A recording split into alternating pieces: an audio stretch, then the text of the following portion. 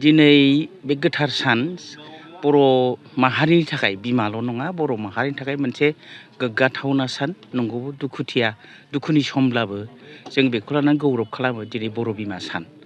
बे बर' बिमा सान हिसाबै जोङो सिगाङाव आथोबा फालिबोजेनदोंमोन। बे समाव आबोब गैयामोन। 1986 नि 14 जुलाइ खालि आथोबनि जोनोम जादोंमोन। आब' प्रमिला रानी ब्रह्मखौ आफादगिरि बानायनानै आंखौ चिफ कनभेनर गाहाय लिंथुमगिरि हिसाबै जों बे आथोबखौ जोनोम होनाय जादोंमोन। बिनिफ्राय 87आव बे फुल फ्लेजेड जादों। बे समावनो जोंनि आन्दलनाबो बड'फा उपेन्द्रनाथ ब्रह्मजों दैदेनजानाय डिभाइड आसाम 50-50 बे सेपारेट स्टेट मुभमेन्टआबो जादोंमोन। 87निफ्राय जादोंमोन। बिनिफ्राय जोंबो जुदिअबा आथोबमोन अल आसाम ट्राइबेल उइमेन वेलफेयार फेडारेसन, अब्लाबो जोंनि बे ओनसोलाव बर' बिमाफ्रानो रासिन मैखोमै बाहागो लानाय जादोंमोन। आरो बे सोमावसारनाया आलादा हादोरनि सोमावसारनाया रावबो बर' हारिखौ सिङाव जिरायनानै थानो थाखाय खाबु होआखैमोन। मानो होनोबा आसाम पुलिसनि बे आन्दलनखौ सेपारेट स्टेट मुभमेन्टखौ होबथानायनि थाखाय जेरैबायदि माने गिथाव बाथाव गाग्लोबनाय हाबाफारिया जाबाय थादोंमोन, बे समावनो गायदे हेलेना बिथांमोनहाबो मुंख्लं जानो गोनां जादों पुलिसनि गुलियाव। नायगार ओरैबायदि नायगार बुग्लिखादों, गावग्लुंखादों सराइबिल हाथायावनो। दा बे माने एखेबारे दुखुनांथाव आरोखि, खुनु धरनै साननो हाथावै। गोबां जेनेबा हेलेना माइनर 15 बोसोरल'मोन बे समाव, बियो माइनर। आरो बेल' नङा, गोबां इनजिउर जादों माइनर। जेनेबा थांनानै थानाय समाव लेवास्रि होननायबो दङमोन, बेबोथ' क्लास 8आवल'मोन, माने एखेबारे ब्रास्टआव बिनि चेस्टआवनो बेखौ गावफ्लंनाय जादोंमोन। दा बिदिनो गोबां माइनर गथ'फोरनि सायावबो, आइजोफोरनि सायाव, हिन्जावसाफोरनि सायाव जोबोद अयथासार खालामनाय जादोंमोन। दा बुंनो थाङोबा नैबे नैथि मुंख्लं बर'नि सोमावसारनायाव सिगाङावथ' सुजित नार्जारि जादों, बिनि उनाव बे गायदे हेलेना मुंख्लं जाबाय। बे गायदे हेलेना मुंख्लं जानायनि उनावनो जोंनि बे बड'लेण्ड सोमावसारनायनि स्टेपआ टार्निं पइन्ट लादों। आरो बिनि उनावनो आरोबाव 88नि हरैहाय लागै आरोबाव 12 नं भुमखायाव 10 आइजोफोरखौ नायगार पुलिसफ्रानो जिनाहारि खालामबावबाय। दा बिनि उनावबो आरोबाव जोंनि आन्दलना जोबोद दुखुनांथावनि गेजेरजोंबाबो बिमा माहारिफ्रा खस्थ' मोन्दों, मुंख्लं जादों, गावख्रुब जादों आरो जिनाहारि जादों। बिनि उनावनो बर'नि आन्दलना आलादा रोखोमनि गोजौ थाखोआव थांदों। दा बर'नि आन्दलनाव BSc एकर्ड जादों बा BTC एकर्ड जादों। बिनि गेजेराव बिमा माहारिनि, बर' बिमाफोरनि जे अबदान, बे बावथावना नङा।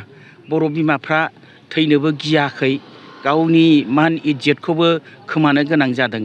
दा बे जोबोद गोसोखांथावना। ओंखायनो साफ्रोमबो बर' फिसाफ्रा थांनानै थानाय जाय बिथांमोन दं, दल संगठन, नैबे गायदे हेलेनानि बिमा सानखौ, बर' बिमा सानखौ फालिनांगौ होननानै आं माने मिजिंथियो आरो बयखौबो खावलायो। आरो बे नितियानो जाहाथे बर' बिमाफोरनि आरो बर' हारिनि खौसेथियै जे जोङो मान बावलायो, सिबिलायो, बे जाहाथे गुबुनावबो मोनसे आदर्श जानानै थायो, आं बेखौबो आसा खालामो। जोङो दुखुनांथावै बेफोरबायदि माखासे जोंनि सोमावसारनायखौ, बड'लेण्ड सेपारेट स्टेट मुभमेन्टखौ होबथानांगौनि माखासे पलिसि, सरकारनिबो पलिसि थाबाय आरो माखासे डिभाइड एन्ड रुल पलिसिया जोंनि गेजेराव जाबाय थानायाव दिनै जों खौसे जाबोनो हायाखै। खौसे जाबोनो हायैनि थाखायनो जोङो दिनै आलादा हादोरखौ मोननो हायाखिसै। जों मोनसे आसाबो खालामदोंमोन, NDFBजों जेब्ला एकर्ड जादों, बे समावबो आरोबाव मोनसे स्टेप, थार्ड स्टेप, बहायबो माबा मोनसे जागोन नामा सानदोंमोन, नाथाय बेबो जायाखिसै। BTR एकर्डनि नामाव जे ओरैबायदि जानांगौमोन जायाखिसै, बे दुखुनांथाव जादों। नाथाय दिनै जोंहा मोनसे खाबु फैदों, सम फैदों। बे समा बर' हारिखौ खौसे खालामनायनि सम फैदों। समखौ जों नुदों। थांनाय BTCनि इलेक्सन आरो बेहाय हाग्रामा महिलारिनि दैदेननायाव, आं पार्टिनि बाथ्राखौ लानानै बुङाखै, जाथिनि इउनिटिनि बाथ्राखौ आं बुंगोन। बेहायबो 28था सिट जे देरहानानै हाग्रामा महिलारिनि मेन्डेट होदों पाब्लिकआ, आरो नैबे एसेम्बलि इलेक्सनावबो 14था 15थानि गेजेराव 14थाव जों देरहादों। नंगौबा अदेबानि BJPनो 4 सिट हगारदोंब्लाबो देरहाहोग्राया खिन्थु बर'फोरसो। देरहाहोग्राया माने BPFनि दैदेननायाव बर'फ्रासो। दा बेवहाय जों नुदों, जोङो समस्ति वाइज जेबायदि भट सेन्टारफोरनि भटखौ नायनानै जों नुदों बर'फ्रानो बांसिन भट होदों आरो बर'फ्रा खौसेयै ओंखारबोनायखौ जों नुदों।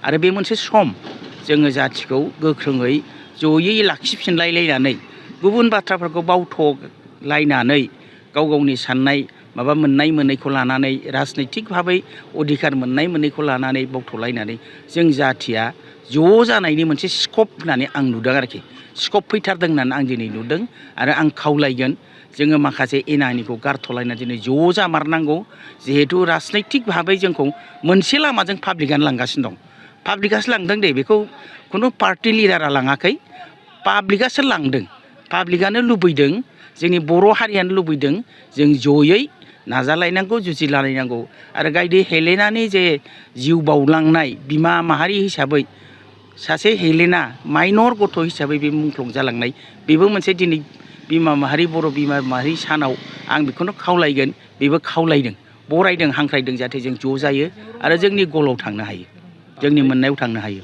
बे दङ मिजिं दङ बेथ' बाउण्डारिया फिसा खिन्थु जोङो गायदे हेलेनानि नामै हाग्रामा महिलारिया बा आब' प्रमिला रानि ब्रह्मआ बे आब' प्रमिलानि नाजानायाव जों बे बर' माहारि बिमा सान बारायखौ जों लाबोनो हादों आरो जोङो गायदे हेलेनानि नामाव गोबां जायगायाव पार्कबो बानायगासिनो दङ बानायदों बिथांमोननि मुंख्लं हिसाबै बावलाङाखै ओमफ्राय जोंनि जे नार्सिं कलेज दङ गभमेन्टनि बेखौबो गायदे हेलेनानि नामाव लाखिनाय जादों आरो आं मिजिंथियो जोङो सरकारखौबो खावलायगोन आरो जोंनि सरकारा दानि आथिखालनि सरकारा बेबायदिनो जोंनि मुंख्लंफोरखौ बा जायफोर माहारिनि थाखाय जिउ बावबोदों बिथांमोनखौ बावलांनाय नङा।